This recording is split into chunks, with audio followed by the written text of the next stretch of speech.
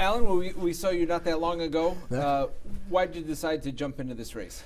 Well, you know, always my goal is I just want to, America's polarized, and I want to help my constituents in Rhode Island as well as the American people. So I think that I offer the people of Rhode Island something a little different. You know, Democrats aren't a monolith. We have conservative Democrats, we have moderate Democrats, more centrist, and then we have more progressive and liberal Democrats. Well, I'm a conservative Democrat. Well, yeah, so the last time you ran as a Republican. That's right. Has anything changed other than the letter next to your name? Your views haven't changed, have they? No, they haven't. My views are exactly the same, but certainly you adjust to the party, but most importantly, they're the same. I would consider myself philosophically a classical liberal, and what does that mean? I believe in liberty of the individual. I believe in free enterprise of capitalism, things like that. I believe in less limited government, and I also believe in a strong national defense. Doesn't change. So was this just a calculation, though, knowing that a Republican most likely is not going to win that district? No, I had already left the party.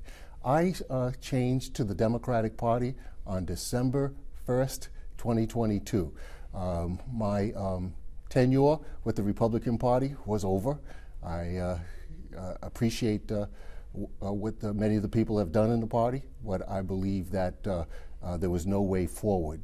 But most importantly, the Republican Party, the National Republican Party, I ran 2 federal races, one against Jack Reed in 2020. I also ran a race in 2022 against U.S.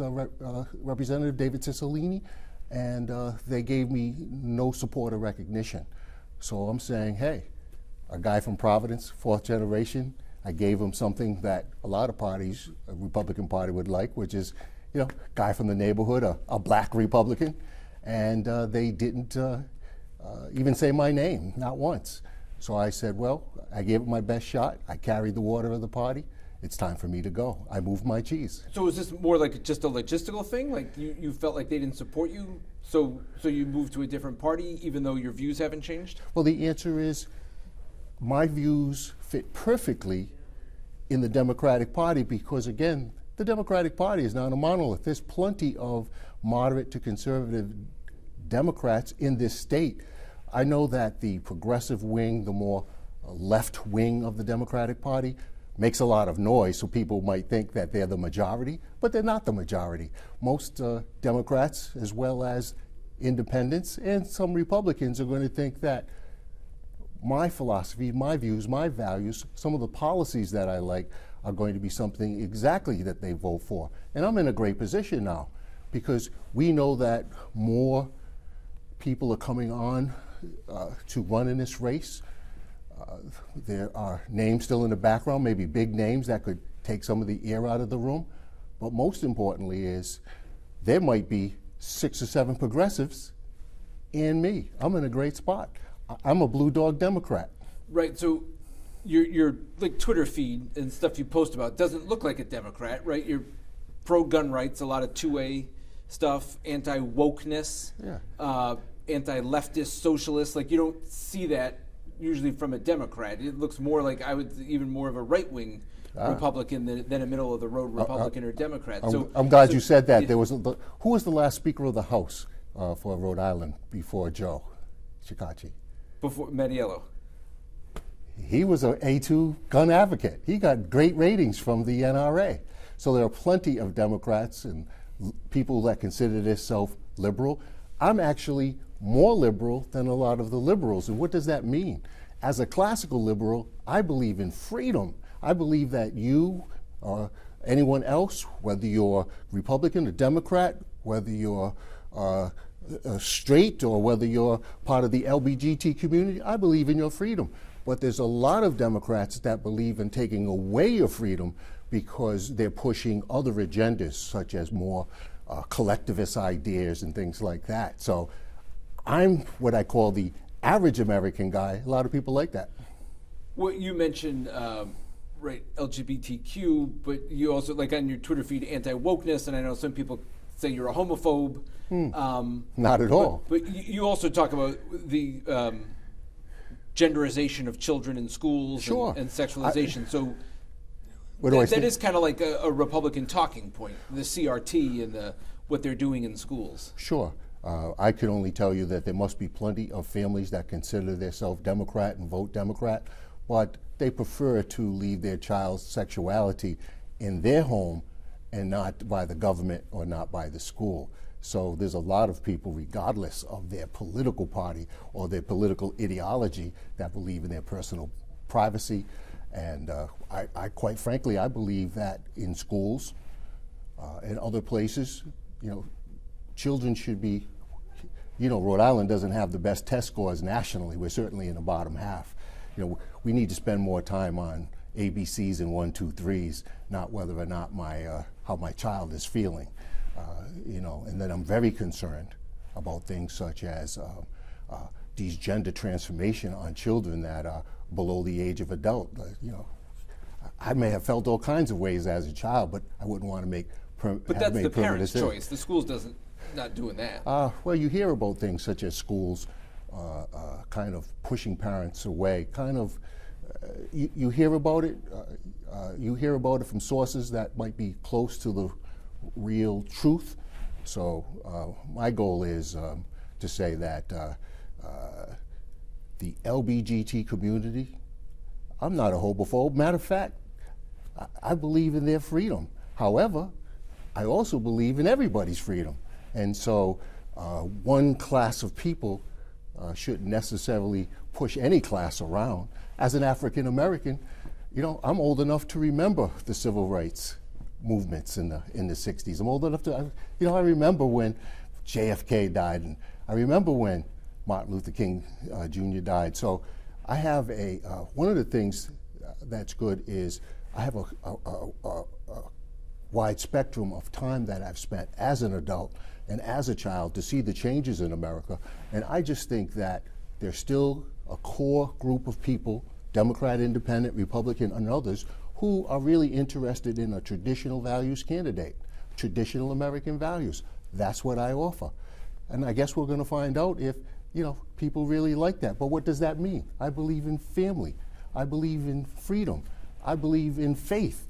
These are things that I think ring true regardless of whether you're a Republican or not. There's plenty of Democrats that believe in those things. On the Second Amendment, there was just another school shooting in Tennessee.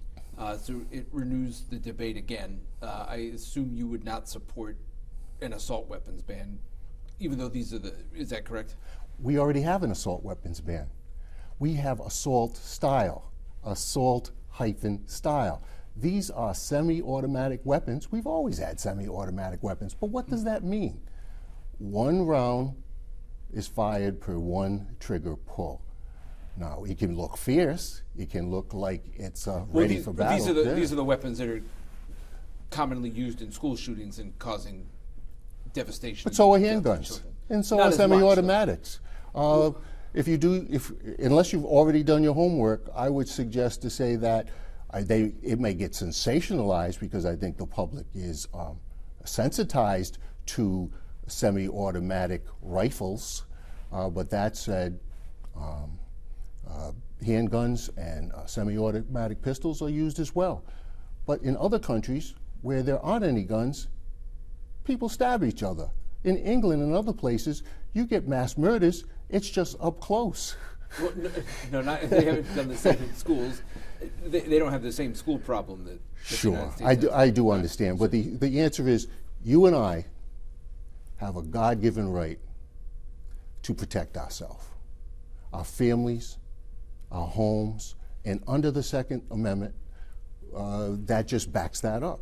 So I would never, one of the things that keep us free is that the government and anyone else knows that many of the American people are armed. So that we can fight back against certain circumstances. Do I wish that? Do I want that? No, but that's what it is about. I don't want to go too far down this road, but there is a limit. You can't have a howitzer. You can't have an Apache helicopter. You can't have a tank. There's a limit between what the government. We just have a right to bear arms, okay? And I'm not an extremist.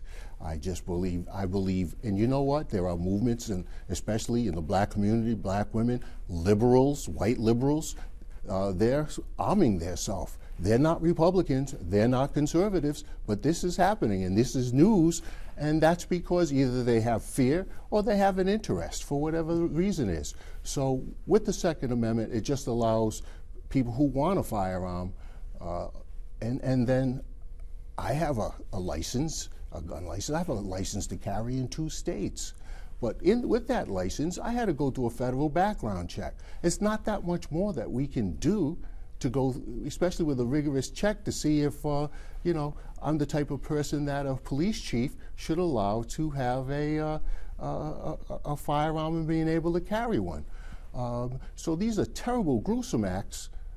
We have a lot of problems in this country. A lot of them have to do with social alienation. There's a lot of people right now, because of social media and other things, perhaps families are less strong in America. Who knows what's causing these flare-ups of terrible, ugly, horrendous violence? But that doesn't mean that the government should take my right to own a firearm and leave me defenseless in this world. Just wrapping up, I know you said, you mentioned family values, and you mentioned that the Republican Party didn't support you really in this last race. Sure. But, and I guess but they have their reasons. I didn't raise enough money, perhaps, and things like that. Well, but what I did was, in my case, they didn't say their name, but I also never wanted to be a perennial. I run to win, whether I win or not. There's a lot of people that spend a lot of money and don't win. Right, but I know you say they didn't support you, but was it in 2020 they pulled their endorsement of you when they found out that you had a domestic arrest? Oh, sure. On Cape Cod. Yes, I did. So I don't know, yes. Is there anything you want to say about that? Because I'm guessing Yeah, absolutely I want to do. I think it was not their finest moment. The Rhode Island GOP reacted to an article in the paper, and they didn't ask me what happened. But if you read what's going on, yes, I was arrested, but it was for a push.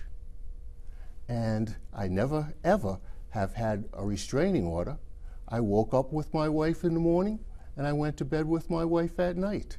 There was no case. The case was dismissed.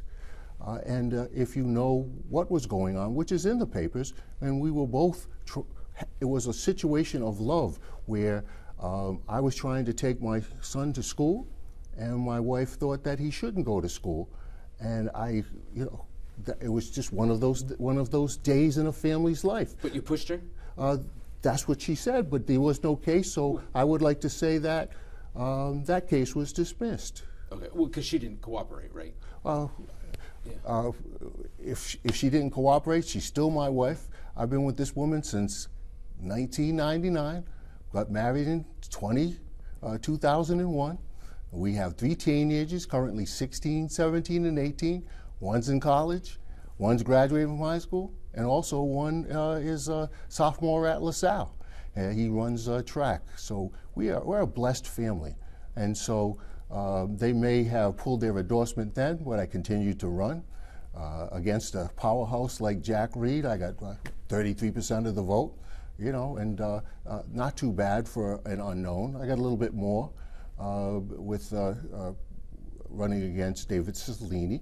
But most importantly is that I have found a great niche in the Democratic Party. There are conservative and moderate Democrats. They're there. And in the black community, more people, black Democrats tend to be more conservative than their white liberal counterparts in the Democratic Party. So I have a great place to hang my hat, and I consider myself a Rhode Island blue dog Democrat. That's kind of like the moderate coalition within the House of Representatives. And I intend to join that coalition when I become the next congressman. And why?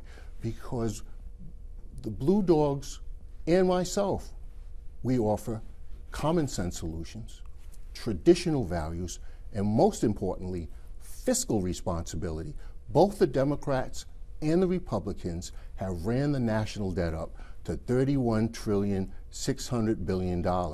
That's a travesty for future generations. They like to spend money, they like to tax, But we need somebody who believes in reducing that debt so we don't go over the fiscal cliff. I'm that person to say no. Okay. Anything else you want to add? All set. Okay.